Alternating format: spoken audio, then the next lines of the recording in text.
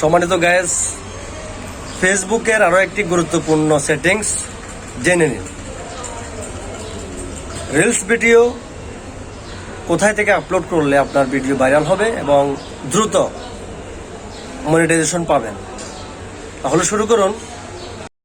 প্রথমে আপনি আপনার পেজের লোগোতে ক্লিক করবেন। পেজের লোগোতে ক্লিক করার পর আপনার সামনে ড্যাশবোর্ড ওপেন হবে।